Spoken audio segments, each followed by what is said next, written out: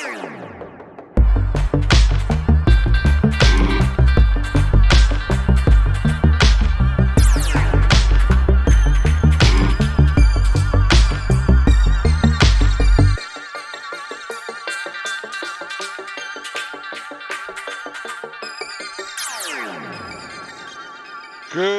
morning, everyone, and welcome to the Crypto Insider channel. I am the Crypto Insider, back with another cryptocurrency video for you today.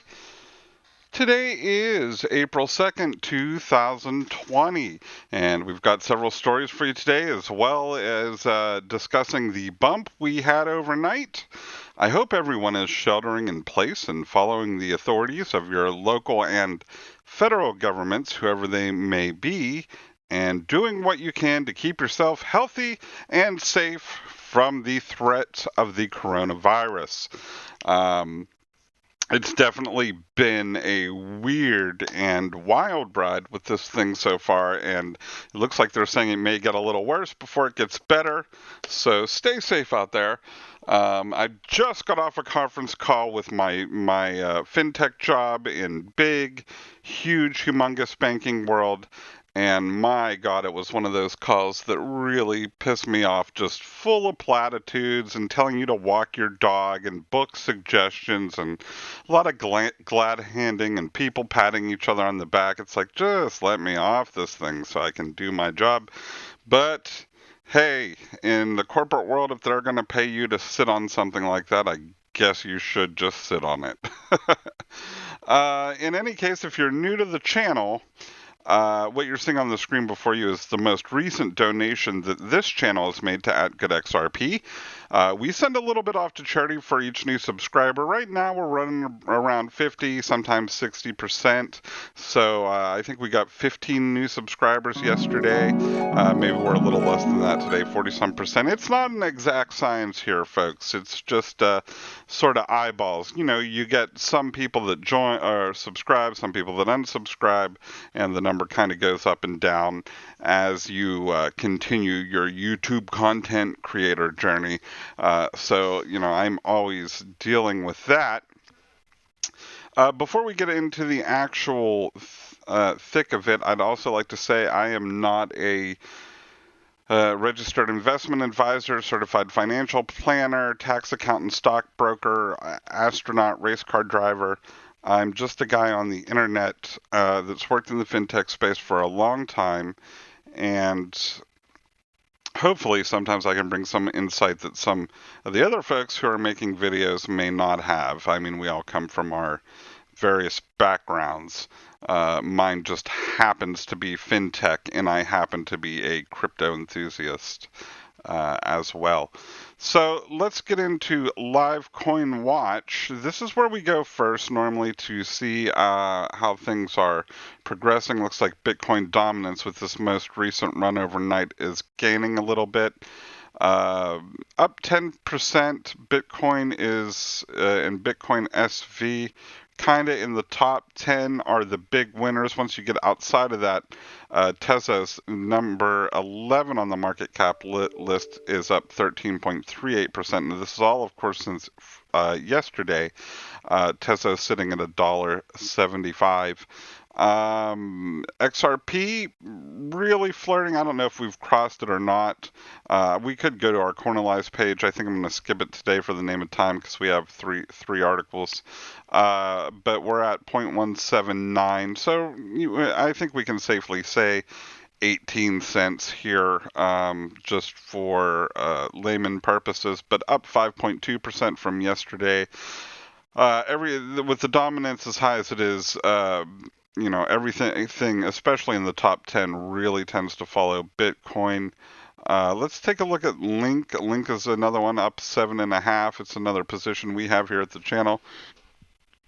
Pretty much every coin is in the green. Even our H bar is up 7.77%, sitting at 3.3 or 3.4 cents, however you want to look at that. If we round, it's 3.4.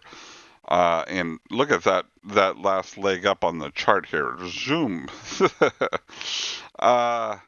Good stuff. we hope it continues. I haven't looked at the traditional markets today to see what they're doing. Usually I get a chance before I make these videos to go in and look at the traditional market. I always like to see if we're following along with a big gain in the Dow or the Nasdaq. If the crypto market's following that today, I did not get the chance. This is an interesting headline, and I'm not going to go into reading the article word for word, but Bank of France says Ethereum and Ripple could power central bank digital currencies. And it says the Central Bank of France is launching an experimental program to investigate the feasibility of rolling out its own CBDC for interbank settlements. The central bank is also analyzing how cryptocurrencies can be used to power CBDCs. In a recent internal report, the bank highlights Ethereum and Ripple as two crypto assets that could be used, XRP, to be used to issue tokenized central bank digital currencies. Yeah, and they probably could. There's a lot of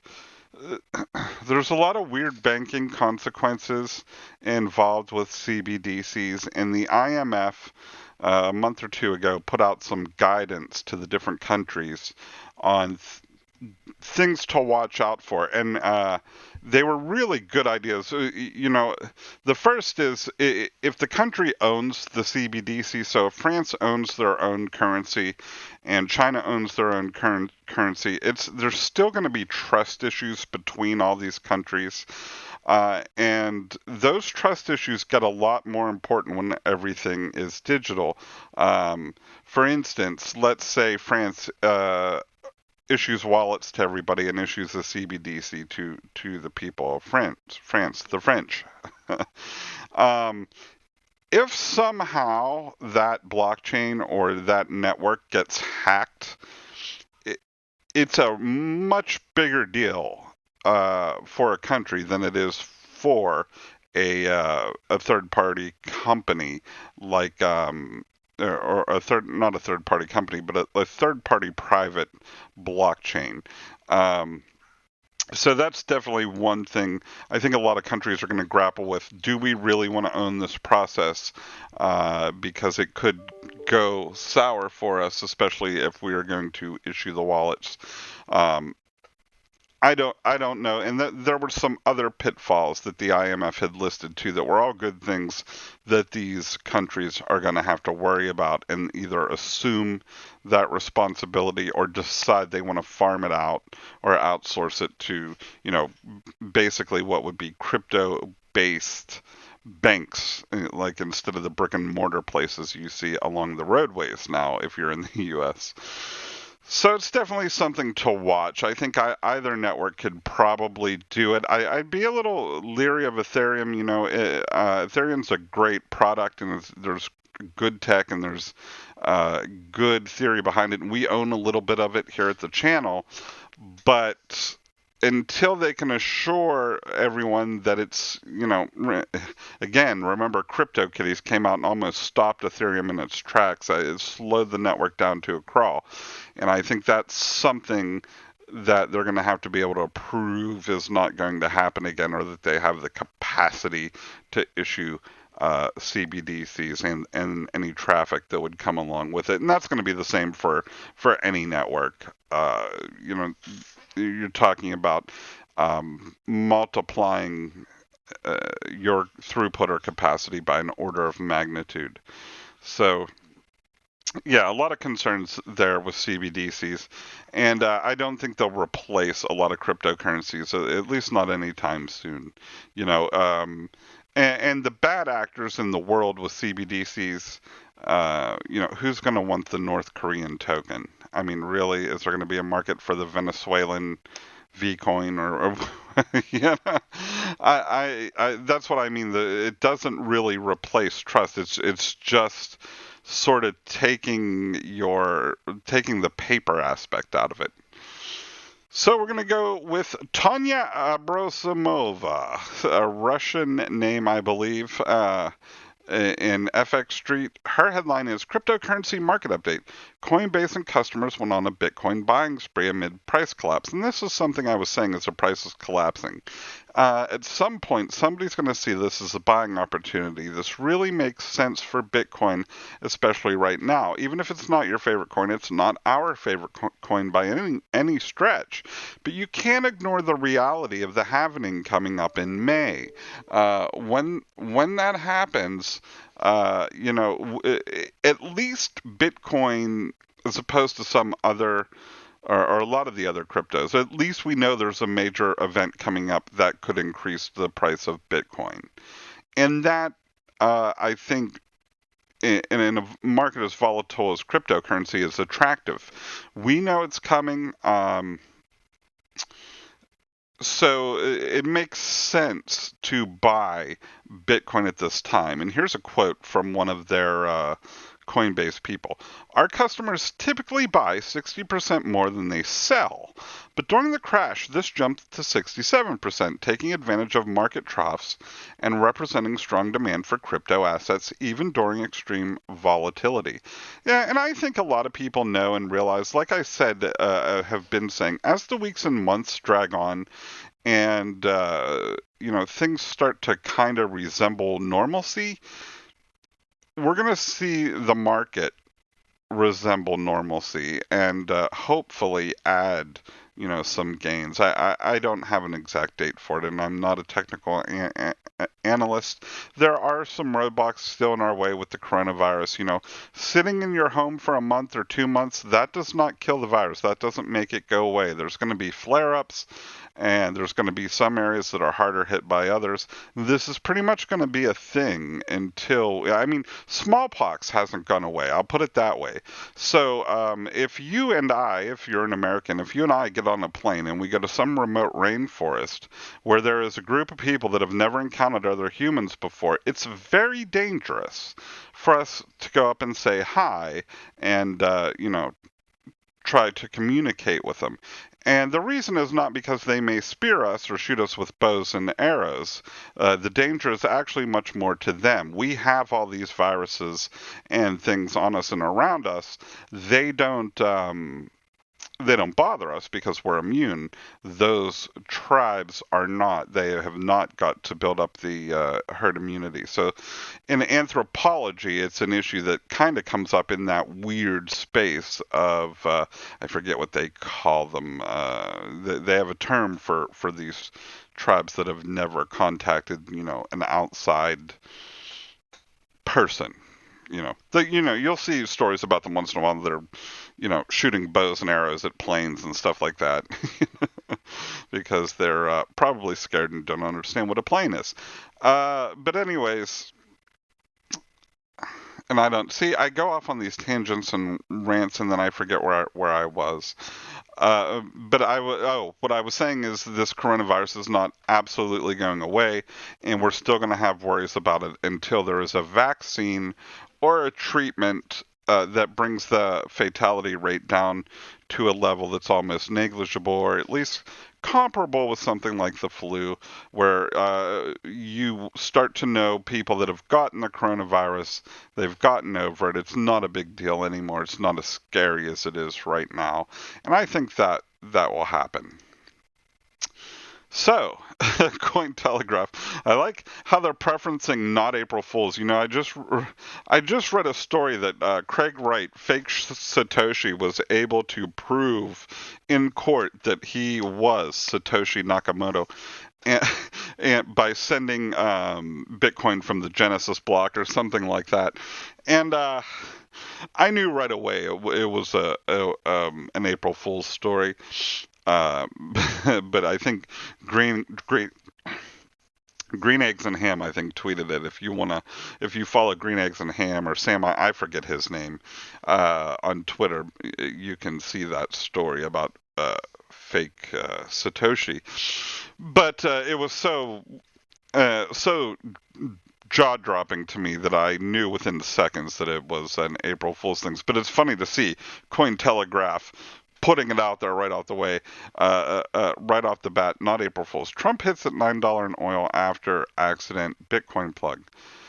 After inadvertently advertising Bitcoin last week, United States President Donald Trump has now hinted that he expects oil to crash to just $9. He was speaking amid talks with both Russia and Saudi Arabia, both of which plan to increase oil production this month, despite the plunge in demand caused by coronavirus. And I think what started this is Saudi Arabia and the OPEC countries, when they saw that the stockpiles were going to go up and that economic activity was going to slow down, they wanted to cut production to stabilize the price of oil. Russia said no. So Saudi Arabia took it and went the other way and said, all right, then we're going to increase production. Because in a protracted price war on oil, Saudi Arabia is going to run rings around Russia. And they know it, and Russia knows it. But they're kind of in this, dare I say, pissing match right now with each other. And it's good for the consumer. But Trump's quote, look, it's $22, but it's really much cheaper than that if you want to negotiate. Nobody's seen that, Trump told the press. That's like from the 1950s. It really is, to think that it was 50, 60, 70, 80, and now it's 22. But if you put a good bid in at $9, I think you could probably get what you wanted, right? The last time that oil circled $10 was in 1998 when Saudi Arabia likewise flooded the market to ward off an advance by Venezuela. So this sort of price manipulation is it's like a whale dumping crypto, basically, is what Saudi Arabia is doing. They've done it before in the past, and they're trying it again. They're trying to make it not financially advantageous for Russia to continue producing oil. And that's fine. Russia will just shut down for a while if it gets that bad and wait for the price to go back up. But nobody knows when that'll be because the lifeblood of the economies now is still oil. And oil is a very good indicator of the economic growth. And when it's down, it generally means everything else is down too. As Cointelegraph reported, Bitcoin has limited its year-to-date losses to around 10%, whereas WTI is shed almost 70%, according to data from monitoring resources SKU. Now, what they say, and what they're saying when Trump uh, gave an accidental Bitcoin plug, it's because he said something regarding that we have an unlimited money supply. Trump's comments were particularly poignant, coming on the back of the turmoil facing both the U.S. dollar and its issuer, the Federal Reserve. After the Fed said that it had unlimited money, Trump claimed that the state could manipulate infinitely, describing it as our money and our currency. This in turn sent shivers down the spine of Bitcoin supporters, as the lack of such meddling in the money supply is a key benefit over fiat, which makes the cryptocurrency a form of hard money. The planned production boost in April is especially notable for Russia's fiat currency, the ruble, and those who use it. Heavily tied to oil prices, the ruble has plunged to its lowest levels against the dollar in 4 years. Paradoxically, Russia currently spends money propping up the ruble's exchange rate while also producing oil for a saturated market. So yeah, Saudi Arabia's putting the hard word on Russia, which is another weird saying. I shouldn't use these weird phrases. That's more of an Australian saying right there. Putting the hard word. That sort of means somebody trying to coerce another person into intimate relations. uh, they're saying that Trump saying that we have unlimited money is kind of an inadvertent ad for Bitcoin and crypto in general, because as goes Bitcoin, so goes everything else. And one of the basic properties of money, and if you look this up, I don't know what was it Aristotle or Archimedes? It was during the beginning of money that said money had to have a finite supply and it had to be divisible and it had to be fungible and all these other things. And so when you have unlimited something, it becomes pretty much worthless. If it's like saying we're going to make the new currency desert sand. Well, anybody can go pick up a bucket full. It's pretty much unlimited, and that's never good for the price of money, and that's why crypto, in a sense, is seen by people as a possible alternative, especially with all the quantitative easing and things they do. Enough of it. Our economy is strong and robust normally, enough to handle things like a small stimulus check for $1,200. So you see, the feds are going to send $1,200 to every American that's under a certain income limit. I think it's 75,000, but that's adjusted gross income, meaning a lot of people make a lot more than 75,000, but they'll still be eligible after all their write-offs and everything like that. So most people are going to get the $1,200, and if you only make a little bit of money, you're not going to get the whole $1,200. You might get $600, but it starts you to wondering, right? If you can stimulate the economy by sending $1,200 checks out. And this is where hyperinflation comes into play, because if I give everybody in the country the exact same amount of money, we're right back where we started. The net effect should be zero. But so you could ask yourself, well, why not make everyone millionaires? Why doesn't Trump send, or Trump's administration send 12 million to every American? Wouldn't that be great? Wouldn't we all be rich then? And wouldn't we all why stop at 1,200? So the thing is, since we have unlimited money, apparently, according to the Fed, if we sent $12 million to everybody, there would be an economic benefit to you very quickly, in the sense of agreements that you'd entered into, loans, things like your mortgage and your house payment and what you owe on credit cards. You could pay all your debts off very quickly. But when you went to buy that wonderful Dodge Challenger, Hellcat, or whatever your sports car is, of your Lambo or whatever, and that car that was going to cost you $85,000, and you get to the dealership and they tell you, oh no, this car is now $8.5 million. So do you, and you go to the store to buy milk and it's $275 a gallon. That's hyperinflation. And the worst cases we've seen of it are places like Venezuela. So back in the day, Venezuela, if you were a worker, they would come out with wheelbarrows full of money and give you some in the morning. And you would work throughout your day.